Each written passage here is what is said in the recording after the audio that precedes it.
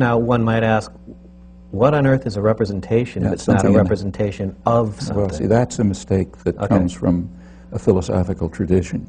The way the term represent is used in the philosophical tradition, it's a relation between an internal object and an external object. Exactly. It's not the way it's used either in ordinary speech or in the sciences.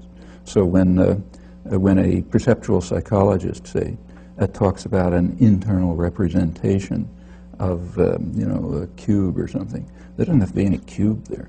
They're talking about something that's going on in the head.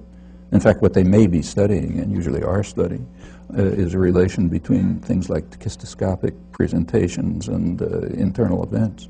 There's no cube, but nevertheless they talk about it as an internal representation. I mean, the concept internal, there's a long discussion of that in here. The concept internal representation is used in the sciences, and I think that's ordinary speech too, in ways which don't involve a relation between an internal thing and an external thing. I mean, that derives from a particular interpretation of the theory of ideas, which said, well, ideas represent something out there. I should interject here. Incidentally, I should say that that's not the interpretation of the theory of ideas that were given by the people who used it. So, like, say, Hume, for example. I quote him in there. What he raises a serious empirical question. He says it's about the nature of the terms he uses, the identity that we ascribe to things, meaning how do we individuate things?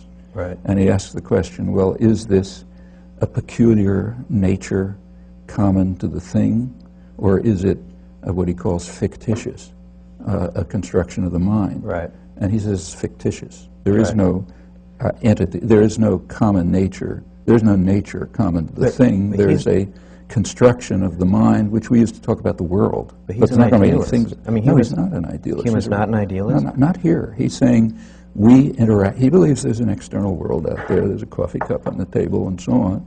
But he says that he's talking about the individuation of things, how we organize things, how we construct our picture of the world. Right. And that involves the way our minds work. And that doesn't mean the world isn't there. It's just what his predecessors called our cognoscitive powers, which use the data of sense to construct an account of the world. And he's saying, well, you want to look at the identity of things, the identity that we ascribe to things, like what makes us call something a book or an event and so on.